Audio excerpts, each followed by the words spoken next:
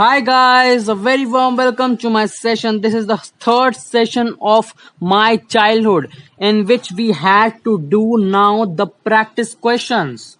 So we have already done the chapter reading and the understanding. So now we have to move on to the questions. So today we will choose some of the questions. So let us start. So guys, these are all the questions that we have to practice today. So let us move on to the first question now.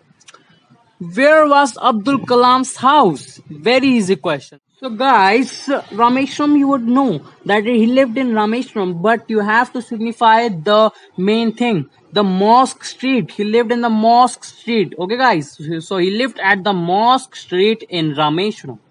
The second question says, what do you think Dinamini is the name of? Give a reason for your answer. Okay, guys. So we read this in the story also. I told you that Abdul Kalam noticed that the thing that his brother told, the thing that his brother told about the war, he noticed in the Dinamini. What is Dinamini? It is a title of the newspaper of that time. Okay, guys. So it might be a Tamil word. So Dinamini is the. He said that he saw that things in the newspaper, in the title of the newspaper. Okay, guys. So Dinamini is the newspaper of that time. So the third question says that who were Abdul Kalam's school friends? What did they later become? So you have to learn these names because there's no way other than that. He had three friends. You know that he had three friends, and what did they later became? So first we will signify the three names. The three names of his friends were Ramananda Sastri, Aravindan, and Shiva Prakasan. So, what did Ramananda Sastri do? So, it's asking what did they do? So, the three of them. Now, guys, the first one, Ramananda Sastri.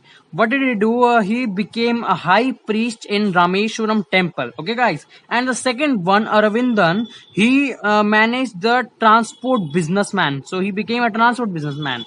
And the third, last one, Shiva Prakashan, he became a catering contractor of the Southern Railways. Okay, guys. So in the first question, it says that how did Abdul Kalam earn his first wages? Okay, guys. So remember, which was his first wage and what was his first earn? First earn was when he sold tamarind seeds, and the first wage was when he was employed at his cousin when he sold when he helped him catching the newspapers. Okay, guys. So that was his first wage. So, had he earned any money before that? Yes, he had earned. He had earned by collecting the tamarind seeds and selling them to a shop. Okay, from that he earned one anna per day. Okay, guys. So it says that answer each of these questions in a short paragraph. Okay, how does the author describe his father? So he described that his father was a very simple man and he did not like any luxuries or comfortable. And he said that his father was a very disciplined person. Okay, guys, and he did not discriminate in anything.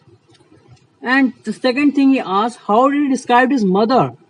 He described his mother as a very kind person. She would fed a number of people in a day, and he himself described as very ugly, not a very short boy and not as handsome as his parents. He also said that he had a very different characteristics which was innate. Now the second question says that what characteristics does he say he inherited from his parents? He said that his father was a very disciplined man and a simple man, and he did not discriminate in anything. So he derived, so he inherited that characteristics from his father, and his mother was very kind. So he borrowed that characteristic from his mother. So now there is RTCs. Okay, guys. So let us read that. Okay. On the whole, the small society of Rameshwaram was very rigid in terms of segregation of different social groups, says the author. Which social groups does he mention? Okay, guys. So he mentioned between the Hindus and Muslims. That Hindus was standing at a high place, and Muslims were kept at a lower place. Thus, he mentioned, were these groups easily identifiable? For example, by the way they dressed, yes, like Muslims had to wear a Muslim cap, and Brahmins or Hindus had to keep a choti on their head. So, which social, okay, were they aware of their differences and they also naturally share friendships and experiences? No, they were not aware of such things. Think of the bedtime stories in Kalam's house of who his friends were and of what used to take place in the pond near his house. So his family also celebrated all the festivals. Okay, so they prepared a boat for the celebrating Hindu festivals. Okay, guys, and his mother also explained him the stories of Ramayana.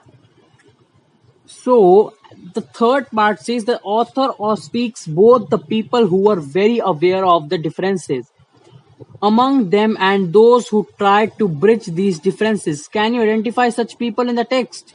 Yes, like the teacher. Okay, guys, so you remember when he was in fifth standard, his teacher had discriminated him to do not sit with Brahmin Hindus, and how his science teacher would appreciate him, not realizing his religion or the boy's religion. So these are the incidents. So now in the fourth part he says that narrate two incidents that show how differences can be created and also how they can be resolved. How can people change their attitudes? By not discriminating with their religion groups. Okay, guys, so you have to explain that. Now, guys, why did Abdul Kalam want to leave Rameshwaram? You remember, for doing higher studies. So he had to leave for doing higher studies in Ramananthapuram. What did his father say to this? He motivated him. He said various lines to motivate him. Okay, guys. And what do you think his words mean? Why do you think that he spoke these words? So these words for his because he actually wanted to study. He did not want to ignore study. He did not said that father I don't want to leave you. He said that yes I want to study. May I go? He just wanted the permission to go. Okay, guys. So these were the only questions, and you can practice more and more questions to test yourself. So these were the just key points I told you, but you should explain it more and more. Okay, guys. So write it in your language. Okay, try to add more and more vocabulary to it. So I will meet you in the next session, and this chapter is totally covered now. You can practice, you can do extra questions, embodied questions, and I will soon be uploading more videos, so keep updated of my videos. Please do like and subscribe my channel. Thank you.